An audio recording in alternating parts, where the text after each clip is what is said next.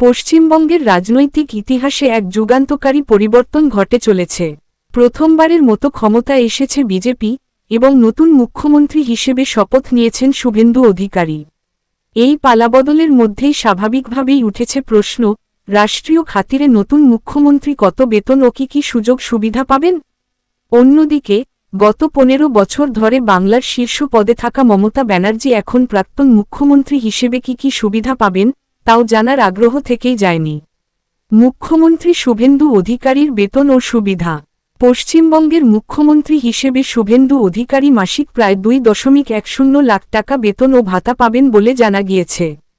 এই প্যাকেজের মধ্যে মূল বেতন বাবদ 1 লাখ টাকা, বিধায়ক হিসেবে 50,000 টাকা এবং আপ্যায়ন ভাতা বাবদ 51,600 টাকা অন্তর্ভুক্ত রয়েছে।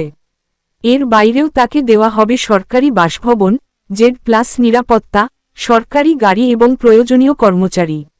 প্রসঙ্গত, প্রাক্তন মুখ্যমন্ত্রী মমতা ব্যানার্জি তার পুরো মেয়াদে কোনো বেতন নেননি, তাই শুভেন্দু অধিকারী সেই পথে হাঁটছেন কি না সেদিকেই নজর থাকবে। প্রাক্তন মুখ্যমন্ত্রী মমতা ব্যানার্জির পাওনা। 15 বছর ক্ষমতায় থাকার পর মমতা ব্যানার্জি আইন অনুযায়ী প্রাক্তন মুখ্যমন্ত্রীর মর্যাদা ও সুযোগ সুবিধা পাবেন। তিনি আজীবন প্রাক্তন সাংসদ ও প্রাক্তন মুখ্যমন্ত্রী হিসেবে পেনশন পাবেন।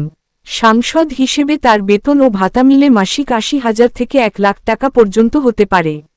এছাড়াও তিনি প্রাক্তন মুখ্যমন্ত্রী হিসেবে সরকারি বাসস্থান, স্টাফ, চিকিৎসা ও নিরাপত্তার সুবিধা পাবেন। যদিও তার রাজনৈতিক ভবিষ্যৎ নিয়ে ইতিমধ্যে নতুন সরকারের পক্ষ থেকে কটাক্ষ করা শুরু হয়েছে, আইনি ও সাংবিধানিকভাবে এই সুযোগ সুবিধাগুলো তার প্রাপ্য।